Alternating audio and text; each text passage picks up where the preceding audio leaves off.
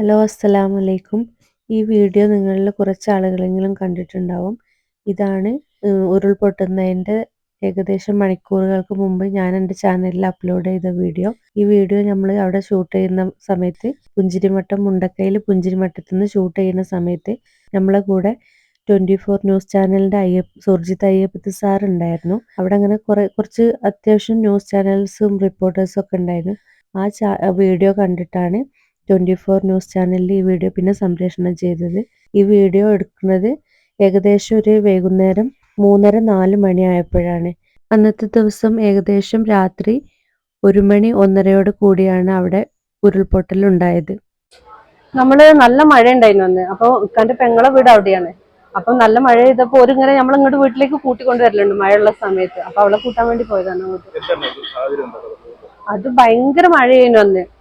നമ്മൾ പോയിട്ട് പുഴന്റെ സൈഡിൽ നിന്ന് നമ്മള് വീഡിയോ എടുത്തു. അപ്പൊ നല്ല മഴവെള്ളപ്പാച്ചിലുണ്ടായിരുന്നു. നല്ല കുത്തി ഒലിച്ചിട്ട് അന്ന് മഴവെള്ളം വരുന്നുണ്ടായിരുന്നത്. നമ്മള് സാധാരണ സ്കൂളില്ലാത്ത ദിവസങ്ങൾ മക്കളൊക്കെ കൂട്ടിയിട്ട് നമ്മള് ആ പുഴയിലൊക്കെ പോയി നീന്തുന്നതും അന്ന് പ്രത്യേകിച്ച് ഒരു വെള്ളം വരില്ലായിരുന്നു. അങ്ങനെയാണ് നമുക്ക് മനസ്സിലായത്. പക്ഷെ അത് മേളിൽ ഉരുൾപൊട്ടിയിട്ടാണ് വരുന്നതെന്ന് നമുക്ക് തോന്നിയിട്ടാണ് നമ്മൾ അങ്ങനെ പറഞ്ഞത്. പക്ഷെ നമ്മളന്നാ വീഡിയോ എടുത്തിട്ടപ്പോ എല്ലാവരും നമ്മളെ വിമർശിച്ച് ആൾക്കാരെ ഭീതിപ്പെടുത്താൻ പറയുകയാണ് എന്നൊക്കെ പറഞ്ഞിട്ട് നമ്മളെ വല്ലാണ്ട് ഒരു ഇതാക്കി. അങ്ങനെ ഉണ്ടായിരുന്നു. ഭയങ്കര കുത്തിയൊലിച്ച് വെള്ളം വരെ നല്ല കലങ്ങിയിട്ടുള്ള വെള്ളമായിരുന്നു വന്നിരുന്നത്. പിന്നെ നമ്മൾ അവിടുന്ന് വണ്ടി നിർത്തിയിട്ട് ഒരു സ്റ്റോൺ ഹോം എന്ന് പറഞ്ഞ ഒരു റിസോർട്ട് ഉണ്ടായിരുന്നു. അതിന്റെ അടുത്ത് വണ്ടി നിർത്തിയിട്ട് നമ്മൾ മേലെ ആ പാലത്തിന്റെ അടുത്തേക്ക് നടന്നു പോവുക ചെയ്ത്. അപ്പം മുതൽ 2 നായ്ക്കൾ നമ്മളെ കൂടെ തന്നെ ഉണ്ടായിരുന്നു. അത് നമ്മൾ തിരിച്ച് വന്ന് പെങ്ങളെയൊക്കെ വണ്ടി കയറ്റി കൊണ്ടിരുന്നത് വരെ ആ നായ്ക്കൾക്ക് എന്തോ നമ്മളോട് എന്തോ പറയണ പോലെ. അപ്പൊ ഞമ്മക്കൊന്നും മനസ്സിലായില്ല. പിന്നെയാണ് നമുക്കത് മനസ്സിലാവുന്നത്. വേഗം പോവാനോ എന്തോ ഒരു വെപ്രാളമുള്ളമാതിരി ആ നായ്ക്കൾ നമ്മളെ കൂടെ തന്നെ ഉണ്ടായിരുന്നു. പിന്നെയാണ് നമ്മളോട് വേഗം അവിടുന്ന് മാറി പോവാൻ പറയായിരുന്നു എന്ന് നമുക്ക് മനസ്സിലായത്. ഇക്കാന്റെ പെങ്ങളെയും 2 മക്കളും നമ്മൾ കൂട്ടിക്കൊണ്ട് പോന്നു. പക്ഷെ അളിയന്റെ വീട്ടുകാരൊക്കെ അവിടെ തന്നെയായിരുന്നു. അവര് ആ ഉരുൾപൊട്ടുന്ന സമയത്ത് അത് ഒച്ച കേട്ടിട്ടാണ് അവര് മദ്രസയിലേക്ക് ഓടിക്കേറി പോയത്. ഇക്കാന്റെ പെങ്ങളും മക്കളും നമ്മൾ കൊണ്ടുവന്നത് കൊണ്ട് അവർക്കൊന്നും പറ്റിയില്ല. പക്ഷെ വീട് പൂർണ്ണമായിട്ട് പോയി. വീടൊന്നുമില്ല. അപ്പൊ അവിടെ വീടുണ്ടായിരുന്ന സ്ഥലത്ത് ഒന്നുമില്ല. ഒന്നും മനസ്സിലാവുന്ന പോലുമില്ല. വാഷൗട്ടായി. ഉരുൾപൊട്ടലുണ്ടായി ആ വീഡിയോ ചാനലിൽ സംപ്രേഷണം ചെയ്തതിന് ശേഷം 24 ന്യൂസ് ചാനലിൽ നിന്ന് നമ്മളെ വിളിച്ചിട്ടുണ്ടായിരുന്നു. അന്ന് അവിടെ എന്താ സംഭവിച്ചേ, എന്താന്ന് വൈകുന്നേരം അവിടെ പ്രത്യേകിച്ച് എന്തെങ്കിലും ഉണ്ടായിരുന്നോ, എന്തെങ്കിലും അടയാളങ്ങൾ പ്രകൃതി കാണിച്ചിരുന്നോ എന്നൊക്കെ ചോദിക്കാൻ വേണ്ടിയിട്ട് നമ്മളെ വിളിച്ചിട്ടുണ്ടായിരുന്നു. അപ്പോൾ അങ്ങനെ നമ്മൾ പോയി. അവർ ചോദിച്ചതിനൊക്കെ നമ്മൾ പറഞ്ഞു എന്താണെന്ന് നടന്നത് എന്നൊക്കെ പറഞ്ഞു. ആ വീഡിയോ അവർ 24 സംപ്രേഷണം ചെയ്തിട്ടുണ്ടായിരുന്നു. അത് കഴിഞ്ഞതിന് ശേഷം ഇന്നലെ സെപ്റ്റംബർ 1 വയനാട്ടിൽ വെച്ചിട്ട് കൽപ്പറ്റ വയനാട്ടിൽ വെച്ചിട്ട് ചന്ദ്രഗിരി ഓഡിറ്റോറിയത്തിൽ വെച്ചിട്ട് എൻ്റെ കുടുംബം വയനാടിനൊപ്പം എന്ന ഒരു പ്രോഗ്രാം നടന്നിരുന്നു. അതിലേക്ക് നമ്മൾ അവർ പ്രത്യേകം ക്ഷണിച്ചിട്ടുണ്ടായിരുന്നു. അപ്പം അങ്ങനെ പോയി ആ പ്രോഗ്രാമിൽ പങ്കെടുക്കാൻ വേണ്ടിയിട്ട് ചൂരൽമല മുണ്ടക്കയിൽ താമസിച്ചവരെല്ലാവരും ഉണ്ടായിരുന്നു. റെസ്ക്യൂ ടീം ഉണ്ടായിരുന്നു. വൈറ്റ് ഗാർഡ് അംഗങ്ങളുണ്ടായിരുന്നു. അവിടെ രക്ഷാപ്രവർത്തനം നടത്തിയവരുണ്ടായിരുന്നു. അങ്ങനത്തെ കുറേ സന്നദ്ധ സംഘടനകളുണ്ടായിരുന്നു. പിന്നെ അവിടുത്തെ അന്നത്തെ സാഹചര്യത്തിൽ അന്നത്തെ ഹെൽപ്പ് ചെയ്യാൻ വേണ്ടിയിട്ടുള്ള ഡോക്ടേഴ്സ്, അങ്ങനെ ഒരുപാട് ആൾക്കാരുണ്ടായിരുന്നു.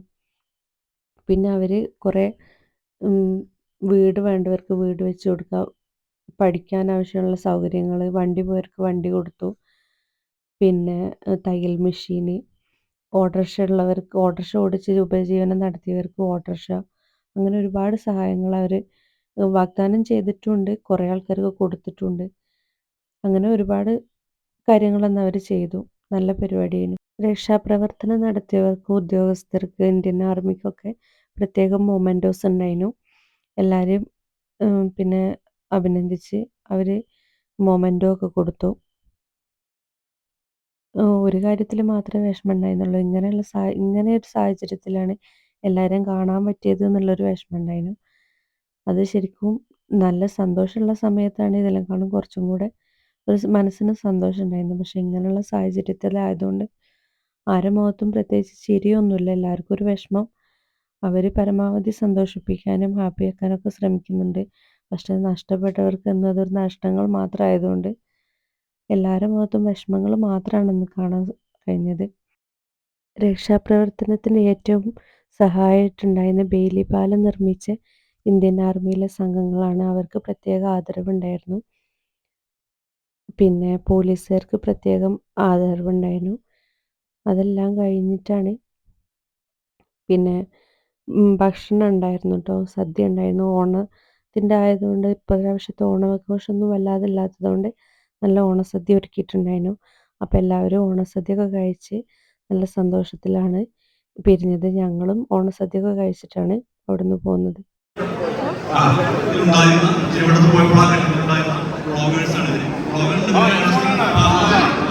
ഞാൻ കണ്ടു സുജിത്തിനെ കൂടെ ഫ്രെയിമിൽ ഉൾപ്പെടുത്തി കാര്യങ്ങൾ പറഞ്ഞു അല്ലേ? അന്നത്തെ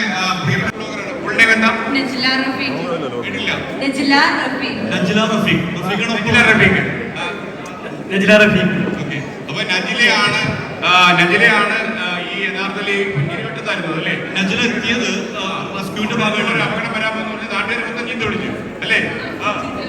പക്ഷേ അത് സംഭവിക്കുക തന്നെ ചെയ്തു. ഇതിനെക്കുറിച്ച് പറഞ്ഞോളൂ. നമ്മളന്ന് കുക്കാന്റെ പെങ്ങളെ കൂട്ടാൻ വേണ്ടിയിട്ട് അവിടെ പോയത്. അപ്പൊ വെള്ളം കണ്ടപ്പോ നമ്മള് വീഡിയോ എടുത്തിട്ട് ഭയങ്കര വെള്ളം വരുന്നത് കാരണം വീഡിയോ എടുത്തിട്ട് അപ്ലോഡ് ചെയ്തു. പക്ഷെ ആ വീഡിയോ കണ്ടിട്ട് എല്ലാരും നമ്മളെ ചീത്ത പറഞ്ഞത്. അങ്ങനെ ഒന്നും ഉണ്ടാവില്ല, ഞങ്ങൾ ആൾക്കാരെ എന്തിനാ പേടിപ്പിക്കണേ ചോദിച്ചിട്ട് ചീത്ത പറഞ്ഞത്. പക്ഷെ അത് ആ വീഡിയോ അപ്ലോഡ് ചെയ്ത് കുറച്ച് മണിക്കൂറുകൾക്ക് മുമ്പ് ആ സ്ഥലം തന്നെ അല്ലാണ്ടായി. പക്ഷെ എന്നിട്ട് ഭയങ്കര വിഷമമായി പോയി. നമ്മൾ അവസാനം പറഞ്ഞ വാക്ക് അറം പറ്റിയ പോലെ ആയിപ്പോയി. നമുക്കൊരു കാര്യം ചെയ്യാം, ഒരല്പം കഴിയുമ്പോൾ ഈ വീഡിയോ നമുക്ക് ഒന്നുകൂടെ കാണിച്ചു കൊടുക്കാം അല്ലേ? തീർച്ചയായിട്ടും. ഓക്കെ, മോളെ എങ്ങനെയുണ്ട്? നന്നായിട്ടുണ്ട്. യൂട്യൂബിൽ പറയൂ. യൂട്യൂബിലൊക്കെ പറഞ്ഞേക്കണം, നമ്മളെയൊക്കെ ഒന്ന് ഫേമസ് ആക്കി തരണം. അടിപൊളി ഫുഡാണ്, നല്ല ഫുഡാണ്. അപ്പൊ നമുക്കായി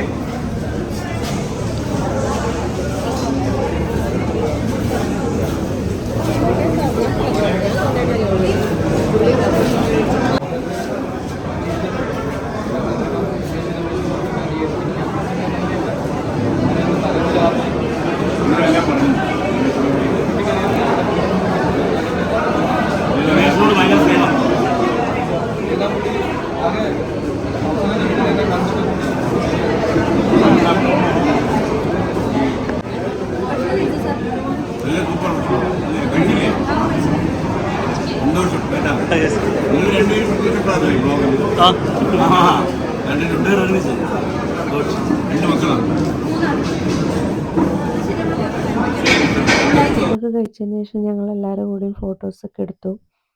കുറേ കാര്യങ്ങളൊക്കെ ചോദിച്ചു. കുറേ ആൾക്കാരെ പരിചയപ്പെടാൻ പറ്റി. കുറച്ച് നേരം സംസാരിച്ചു, വിശേഷങ്ങളൊക്കെ പറഞ്ഞ് സംസാരിച്ചു.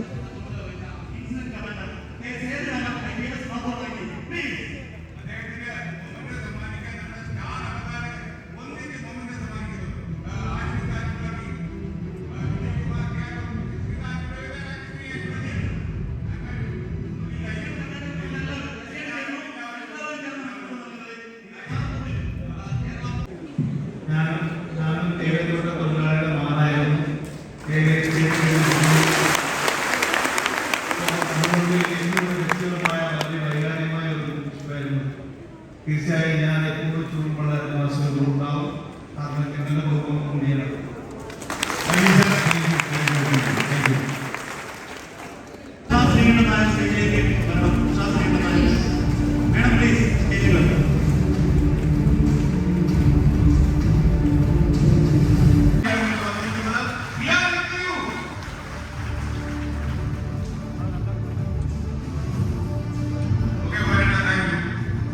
ഇതിനകം തന്നെ 3 കോടി രൂപ നമുക്ക് ഈ പദ്ധതിയുടെ ഭാഗമായിട്ട് സഹായധനം തരാമെന്ന് പറഞ്ഞിട്ടുണ്ട്. ഈ 3 കോടി രൂപ വളരെ അത്യാധുനികമായ ഒരു ആശുപത്രി ബ്ലോക്ക് ഈ താലൂക്ക് ആശുപത്രി നിർമ്മിക്കാൻ നമ്മൾ ചെലവഴിക്കും. നിങ്ങളുടെ ഒരാളായി നിൽക്കണമെന്ന് ആഗ്രഹിച്ച ഒരാളാണ്. ഇതിപ്പോൾ ഞാനൊരു കലാകാരൻ ഉണ്ടായിരുന്നെങ്കിൽ ലക്ഷക്കണക്കിന് ഈ കാഴ്ചക്കാരിൽ ഒരാളായിട്ട് ഞാൻ വീട്ടിലിരുന്ന് കാണാൻ മാത്രമേ പറ്റുള്ളൂ. ഞാൻ ആർട്ടിസ്റ്റ് ആയതുകൊണ്ട് എനിക്ക് ഫ്ലവേഴ്സിൻ്റെ കൂടെ വേദിയിലെത്താൻ പറ്റിയ ദൈവത്തിന് നന്ദി പറയും. മോഹൻലാൽ സായികുമാർ ഇവരൊരു കോമ്പിനേഷൻ സീൻ. ലാലേട്ടൻ സായികുമാർ, ലാലേട്ടൻ്റെ എൻട്രി സീനാണ്. ജഗനവിടെ എടോ പണ്ണ എരി മാറ്റി പണി പഠിച്ചു. അവനാ കോൺട്രാക്ട് രാമസ്വാമി അസോസിയേഷനെ മർദ്ദിക്കാൻ പോകുന്നു. എനിക്ക് എത്ര പെട്ടെന്ന് ജഗന വേണം.